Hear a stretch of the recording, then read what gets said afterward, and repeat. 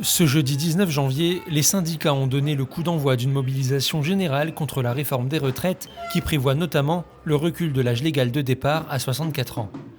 Ainsi, plus de 200 manifestations ou rassemblements ont été organisés partout en France.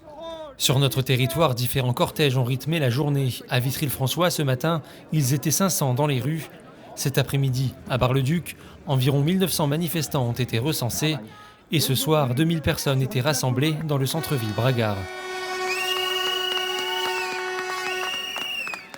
Les revendications étaient unanimes, les Français veulent du changement. Non au report de l'âge à 64 ans, qui est une mesure injuste et injustifiée, même si ce gouvernement essaye de nous expliquer de façon très pédagogique que nous allons être en déficit, c'est pas vrai. L'objectif aujourd'hui, c'est un premier contact et déjà montrer le mécontentement pour pouvoir défendre nos retraites et montrer au gouvernement en fait l'importance et la colère surtout qu'on ressent autour de nous dans les entreprises, dans les établissements, dans les services publics. Déjà que Macron retire totalement sa réforme, voilà, qu'on revienne même aux 60 ans, parce que dans beaucoup de professions, la pénibilité n'est plus prise en compte. Il y a 3 Français sur 4 qui sont contre cette réforme. À un moment, il faut que le gouvernement l'entende.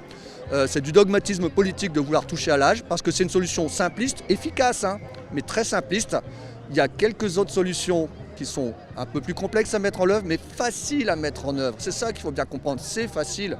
Il faut se bouger pour le faire entendre. L'État, il ne pense pas au peuple, c'est ça. Il ne pense pas, M. Macron, notre président, ne pense pas au peuple, aux ouvriers. On fait des comparaisons, avec l'Allemagne, avec d'autres pays qui partent plus tard à l'âge de la retraite. Il ne faut pas prendre exemple de ces pays-là. Nous, on peut gérer notre modèle de retraite.